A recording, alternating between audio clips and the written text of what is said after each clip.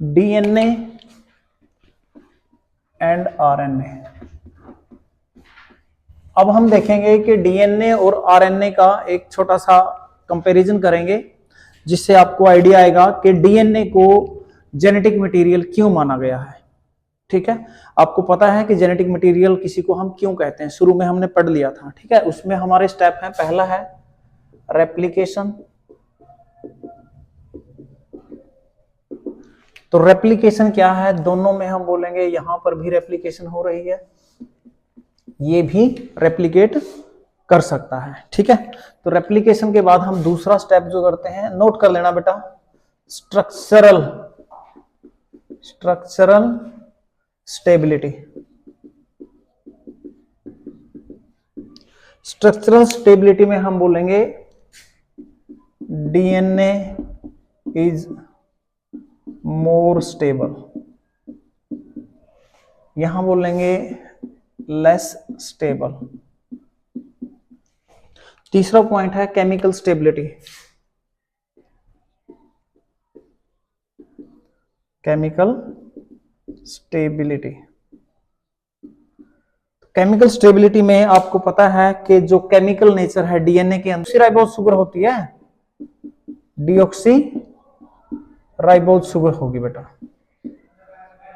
अब deoxy ribose sugar जो है उसके अंदर क्या है, सिंगल हाइड्रोक्सी ग्रुप है।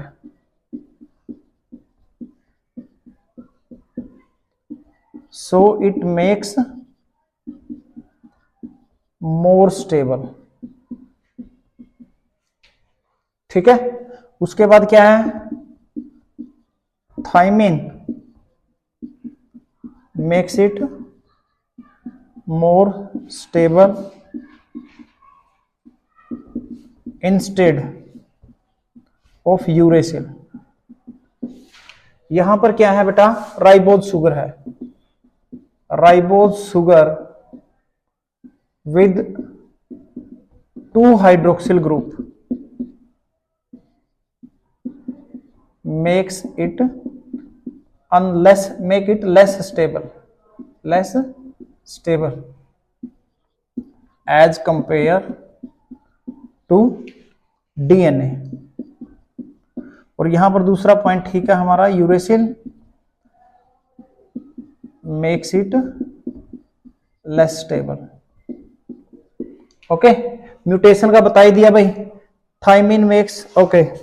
म्यूटेशन में क्या है, डीएनए शोज, डीएनए क्या करता है, stable and slow mutation.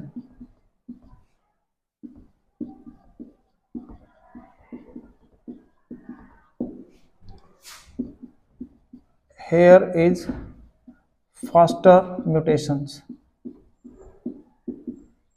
Mutation slow भी होनी चाहिए और स्टेबल भी होनी चाहिए। ठीक है, लास्ट पॉइंट है हमारा कि जो आपका प्रोटीन सिंथेसिस है, DNA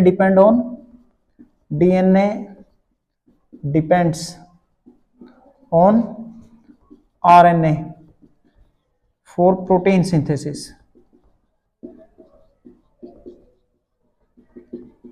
RNA directly can make protein.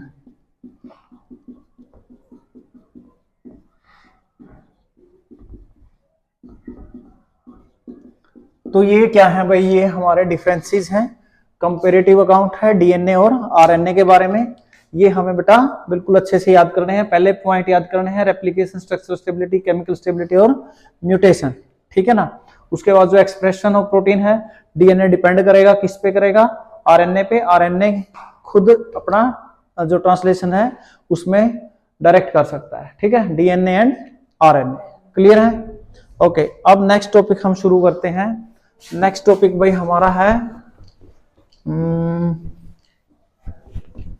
DNA replication. DNA replication जो मेजर पोर्शन है